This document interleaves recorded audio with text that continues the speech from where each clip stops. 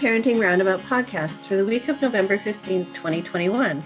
I'm Nicole Erdix, and I'm here with Catherine Haleko. Hello. And Terry Morrow. Hello. Every week we chat about the things parents are talking about, complaining about, and obsessing about right now. This week we're complaining about a lack of time and obsessing about parenting spending that isn't worth it. We also take a couple of breaks for an entertainment discussion and a recommendation roundup. Today we are talking about mom flexes. So on Instagram, was it Catherine? Were you the one that saw that? Yeah. A mom had posted that her quote unquote mom flex is that her young daughter doesn't fuss about getting shots, getting needles, or nasal swabs for that matter. So the new shot. Yeah, Q-tip right. in the brain. Right. And Yep. so we're wondering what your mom flex is. So I mean, it's a little like, as we talked about a few weeks ago, we talked about jinxes. So it's a little scary to talk about something that, you know, we're just talking theoretically, right? Our theoretical kids. Right. If we were moms, what would our flexes be? Please interpret nothing. Yeah. Yeah, this is a little dangerous. Although if we talk about when our kids were real little and it's done now, that's okay, right? Yes. Okay. Yeah, because I think mine might be that my kids did not fight. Oh. You know, like when they were little and today. We just didn't really have a sibling rivalry among them. And I feel like that's a flex. Yeah, that's a major flex. And I really don't think that it's anything that we did or didn't do, you know, so I feel like I try to not claim credit for it, just say this is the way it is, you know. That's a major mom flex. Good for you. Yeah. I mean, I was just talking to someone about it the other day, you know, like from the time my son was born, my daughter was never like mad about it. she just was good. So yeah, and you know, to this point, you know, they still get along well and are close. So it's nice. It's very nice. Great. So that's my flex, I would say. Terry, what's your flex?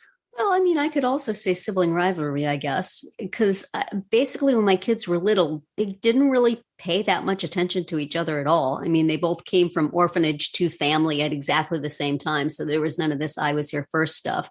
And my son was kind of doing his own thing. And my daughter had enough stuff to have her mind on. I don't think that they really interacted that much at all, much less out of rivalry. But it's definitely not getting shots, because I remember my son one time they had to put him on one of those papoose boards. Have you guys ever experienced one of those where they basically tie the kid down so they can't move so that they can give them the needle? I think we switched to a different doctor after that because it was horrifying. But yes, nobody ever said, boy, that kid sits still for a shot. Good job, Mom. That was not a thing. I guess one thing I could say is that one time my daughter got head lice and I had to painstakingly comb her hair out, as anybody who has ever had kids with head lice know. It's a sort of an endless and painstaking process through which the kid has to sit still and endure discomfort for prolonged periods of time. And my girl just sat there. We would put a video on and she just sat there. She was so good. And she had like fine brown hair, exactly the same color as a bleeping knit. So it was quite the chore, but she put up with all the indignities, all the shampoos, all the combing. She was super good. So I guess to a mom whose kid was not quite so cooperative with the process, that'd be a flex. Yeah. That's awesome. Totally. I thank God that and please let this not be a spoiler if I say it, that my son didn't have them, because he would not have done. So yeah, you'd just be shaving his head. that is exactly what I would have done. Yes, that was in my mind. If this happens, because he ain't going to sit still for that. And she did. Right. Good for her. And I guess maybe another flex a little bit for both my kids is that generally they do what I tell them to do. Even if they don't want it, even if they have other things they'd like to do. If I say, go to this day camp, go to this club, be in this band, take this summer job, they pretty much do it. They didn't give me too much resistance. I give myself all the resistance because I, of course, then second guess everything. Should I have done that? Should I say that? They'll do whatever I, because, having them do whatever you say is a little bit of pressure. Yeah. But I talked to other parents who, like I remember there was a kid who was in the high school marching band for like one day of practice and then came home and told his mom, I don't want to do that. And she said, okay. My daughter came home after one day of practice. I said, I don't want to do this. And I said, you know what? I think it would be really good if you kept doing it. And she did. And it was fine. So when parents come to me like, oh, well, yeah, they said they didn't want to do it. I'm like, well, they don't get to say I don't want to do it. Tell them to do it. And they're like, well, that doesn't work for me.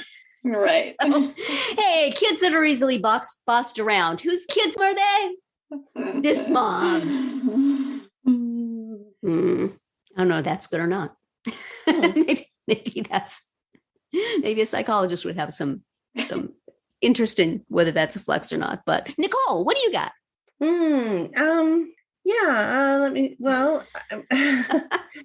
I think my kids, they know how to travel. They knew how to travel. Oh, that's a good one. Yeah, we did a lot of road trips when they were younger because our family did not live nearby. And then we did a lot of plane trips, just again to visit family and little vacations and stuff. So they were always very good travelers. They, knew the drill. They knew what they had to do and how to do it and how to get there. And we're really they're confident travelers, I guess, is what they are now as adults. So like my daughter just she got herself out to Boston just this past week, but it literally involved planes, trains, and automobiles. and COVID tests. COVID testing there and back. And she had to arrange all that and timing it and paperwork and making sure she had, and then she Ubers and she had to stay overnight in Seattle in a hotel. So she got herself a hotel and checked in and stayed overnight. And then she was up at 4 a.m. to get on a flight to Boston. So she did it all, like she didn't ask for any, she booked everything on her own, did it all, paid for it herself. So so she did all that. That's cool. It's kind of, it's a lot to plan. I know a lot of adults that would kind of just freak out about the thought of that. Right. So she did it. So she's out there right now. And and then my son is the same way. He's a pretty good traveler. So. Yeah, even my son, his first 2 years, I was living here in Wisconsin, and I still had my job in New York. And every couple of months I would go to New York for work, and I would bring him because he was a nursing baby and he was free to take on an airplane. So I'd bring him. And so he, was a very good traveler, even as a baby and toddler. And, like, I'm sure people saw us coming. We're like, oh God. But, I can remember sitting on the tarmac at LaGuardia, like outbound, trying to leave. And we sat there for hours and he was just like, fine. He just looked out the window, he was like, he was so interested in what was going on outside the window that he was fine, and he was like 18 months old or something, like the worst time to take a kid on an airplane. Yeah. And he did it. So it was quite amazing. Wow. Yeah, no, it's, but your point that that it makes them confident travelers as adults is great. You know, like they really learned something from it. Mm-hmm. Yeah. No, I mean, I have to say I was definitely impressed when my daughter arrived at Boston safely.